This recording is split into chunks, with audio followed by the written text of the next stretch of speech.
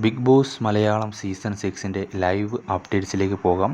അപ്പോൾ ആദ്യത്തെ ടാസ്ക് വിജയിച്ചത് അഭിഷേകിൻ്റെ ടീമായിരുന്നു. പക്ഷേ ഇപ്പോൾ ലൈവിൽ ഒരു ട്വിസ്റ്റ് നടന്നിരിക്കുകയാണ്. ബിഗ് ബോസ് എല്ലാവരെയും വിളിച്ചിരുത്തി പറഞ്ഞിരിക്കുകയാണ് ആ ടാസ്ക് ക്യാൻസൽ ചെയ്യുകയാണ്.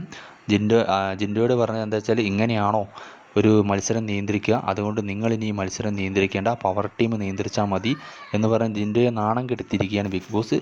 എനിക്ക് തോന്നുന്നു ഇതിനകത്ത് ബിഗ് ബോസ് ഒരു കളി കളിച്ചതാണ്. ബിഗ് ബോസും ഈ അണിയറ പ്രവർത്തകരും ആഗ്രഹിച്ച ടീമല്ല ജയിച്ചതെന്ന് കണ്ടപ്പോൾ കളി മാറ്റിപ്പിടിക്കാൻ വേണ്ടി ഫസ്റ്റ് തൊട്ട് തുടങ്ങാൻ പറഞ്ഞതായിരിക്കും. അല്ലെങ്കിൽ ജിൻഡോ വേഗം മത്സരം പെട്ടെന്ന് തീർന്നുണ്ട്. അതായത് എല്ലാവരും വേഗം കൈ മടക്കിയപ്പോൾ സ്വാഭാവികമായിട്ടും അവരാഗ്രഹിച്ച ലെങ്ത്ത് ഈ ടാസ്കിന് കിട്ടിയിട്ടുണ്ടാവില്ല. അപ്പോൾ ജിൻഡോയെ മാറ്റി പവർ ടീമിനെ ഇറക്കാൻ വേണ്ടി പറഞ്ഞതായിരിക്കാം. ഇതിൽ രണ്ടിലേതോ ഒന്നായിരിക്കും.